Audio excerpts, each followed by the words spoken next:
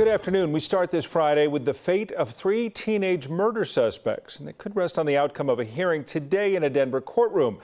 This is all surrounding the arson fire in Green Valley Ranch 2 years ago that killed 5 people. Kevin Bowie, Gavin Seymour, both charged as adults, and a teenager who was with them charged as a juvenile, whom we are choosing not to name. They are all accused of murder for setting the fire on Truckee Street in Green Valley Ranch in August of 2020.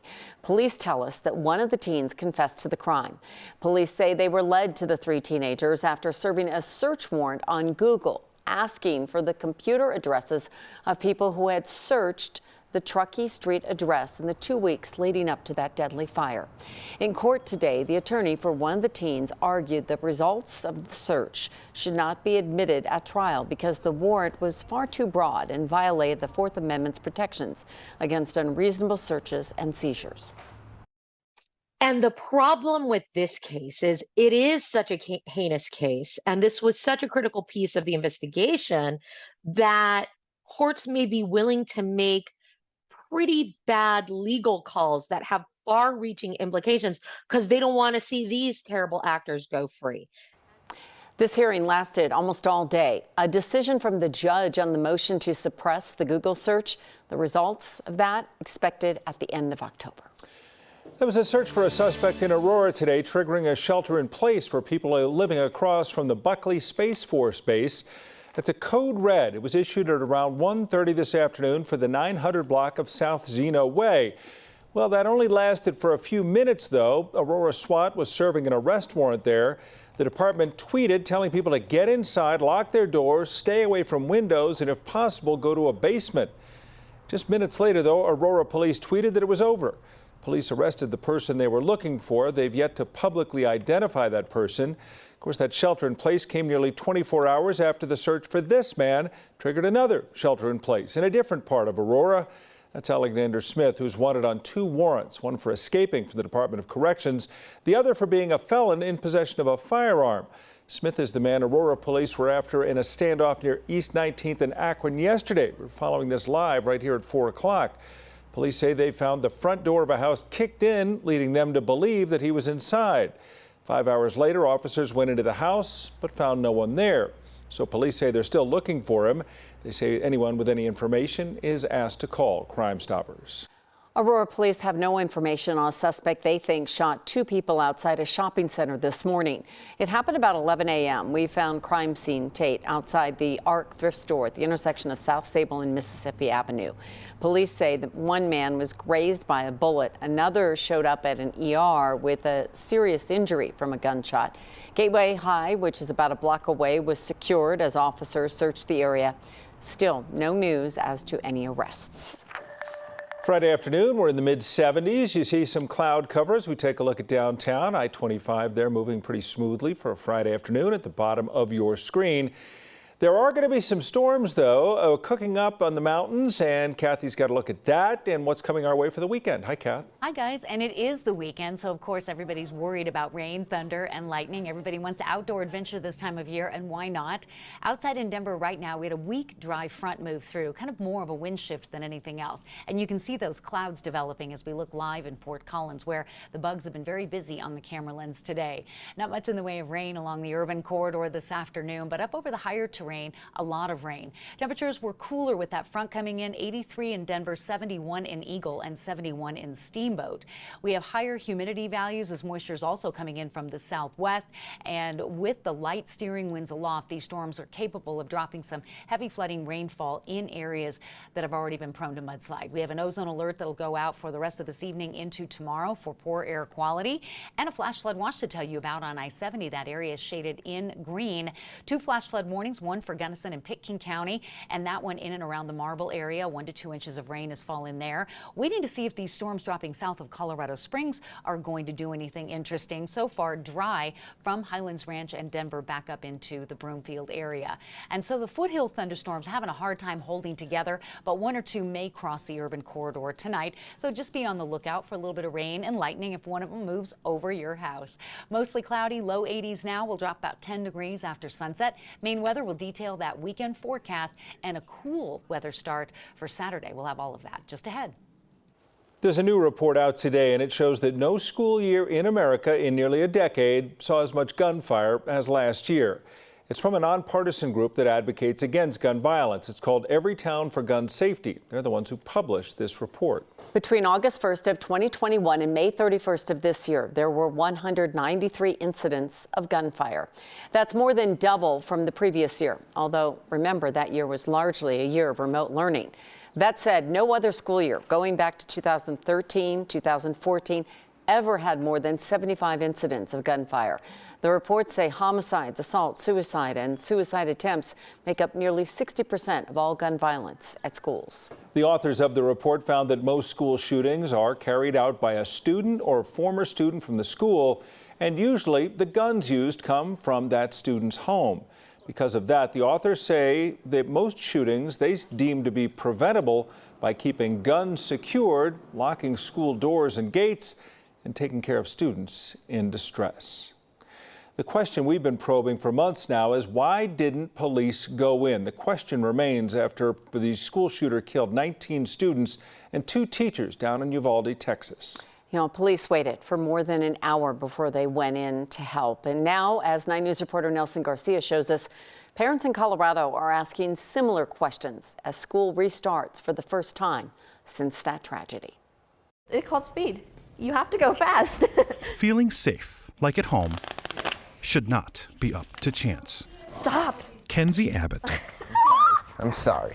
and her twin brother Braden are both juniors at Cherokee Trail High School in Aurora. I'm nervous to go back to school because you go to school never knowing what'll happen that day. Concerns at Cherokee Trail stemming from something that happened or didn't happen more than 900 miles away in Uvalde, Texas. You should be able to rely on a quick response from the police. That's the one thing that you should rely on. The one thing the mom of 2 wants is answers.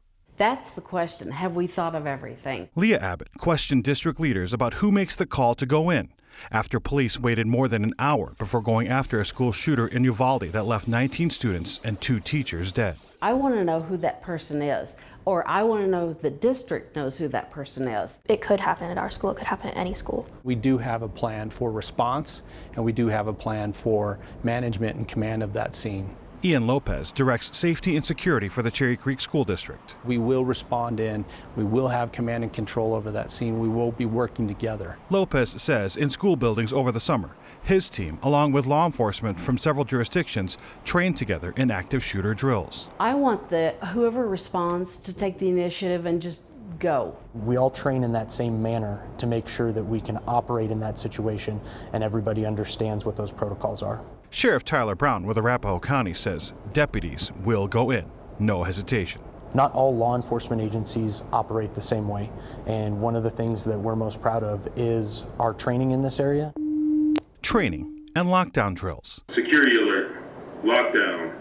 Lockdown.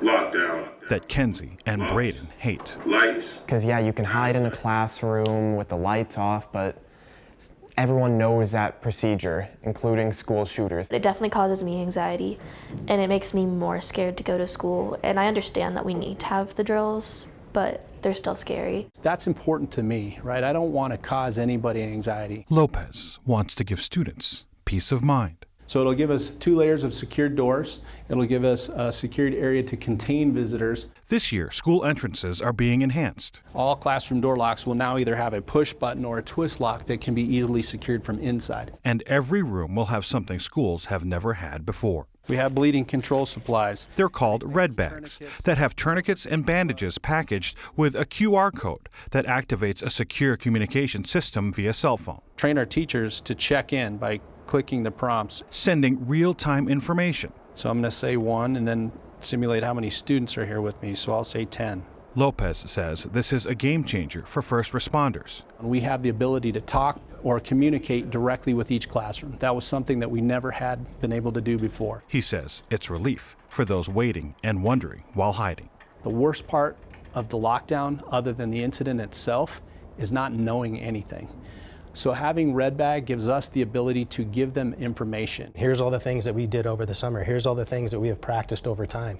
Here's what we learned from the particular Uvalde shooting. Superintendent Chris Smith says the start of the first school year after Uvalde is a crucial time to address parents and students' concerns. Safety and security is our #1 priority in the Cherry Creek School District. So what I would say is trust us. Trust that there is a plan.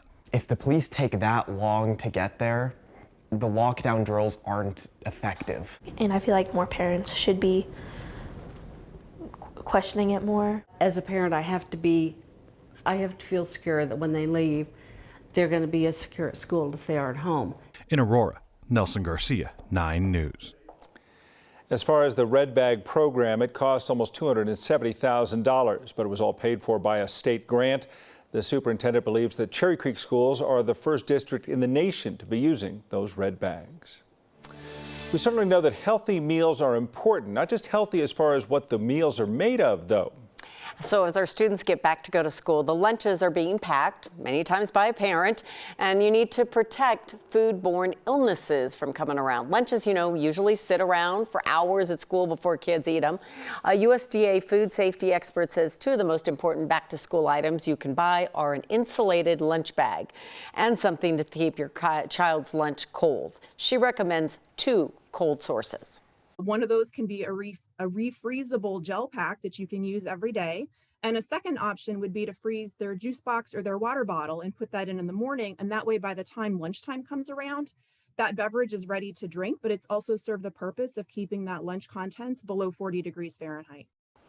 The USDA says if parents aren't sure whether their child's food is cold enough, do a trial run. Do it on a weekend. Put an appliance thermometer into the lunch bag or box and check it at lunchtime. For more information on temperatures to make sure that different foods are safe, you can also check out foodsafety.gov. This is the final weekend of freedom, summer break, whatever you want to call it, for kids in Denver Public Schools. Classes start on Monday. DPS says it will have 90,000 students in school this year. It's more than 200 schools spread across the city. This is the first year since the COVID pandemic started that DPS is not requiring masks. Well, an Avs fan favorite has his new team and a big new contract as well, one that's taking him away from his Stanley Cup winning teammates. That's a bummer, but Jacob Toby is going to tell us all about the good news for him and the details coming up. And taking a live look outside on a Friday afternoon in August. It's warm, but it's not too warm. It's kind of a lovely day. Look at that, upper 70s. Kathy's got our forecast coming up later.